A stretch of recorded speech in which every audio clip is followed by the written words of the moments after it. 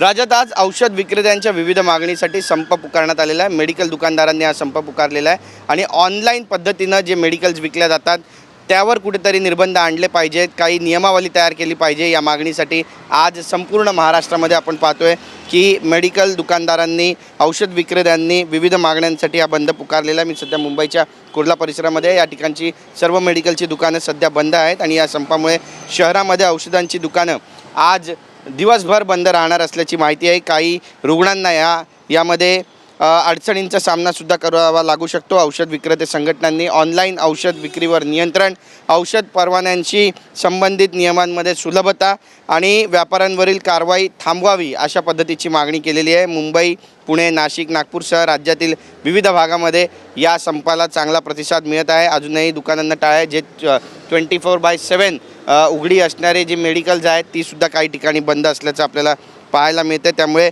आपत्कालीन सेवा आणि रुग्णालया अंतर्गत काही मेडिकल दुकानं सुरू ठेवण्याचा जो निर्णय आहे याबाबतसुद्धा आता विचार सुरू झालेला आहे। गंभीर रुग्णांना औषधांचा तुटवडा आता नेमका कसा पुरेल हा सुद्धा आताच्या घडीचा मोठा प्रश्न आहे। दरम्यान सर्वसामान्यांनी आवश्यक औषधं आधीच खरेदी करून ठेवल्याचं सुद्धा पाहायला मिळतं आहे। संपामुळे औषध पुरवठा साखळीवर कुठेतरी परिणाम होण्याची शक्यता व्यक्त केली जाते आणि शासनानं औषध विक्रेता संघटनांची चर्चा करावी, तोडगा काढावा अशी मागणी व्यापारी संघटनांकडून करण्यात येते। एकंदरीतच आज एक दिवसीय लाक्षणिक बंद जो आहे तो पुकारण्यात आलेला आहे। कोट्यवधींचं नुकसान या मेडिकल संघटनांचं आणि दुकानदारांचं होतं आहे असं पण तक्रार त्यांच्याकडून प्राप्त होते। यावर सरकार नेमका आता कसा तोडगा काढणार आहे हे सुद्धा पाहणं तितकंच महत्त्वाचं ठरणार आहे।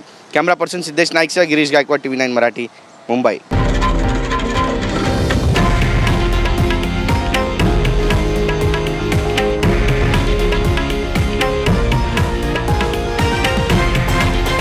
हे आहे देशातील नंबर 1 न्यूज नेटवर्क आणि आपण पाहत आहात TV9 मराठी, एकमेव।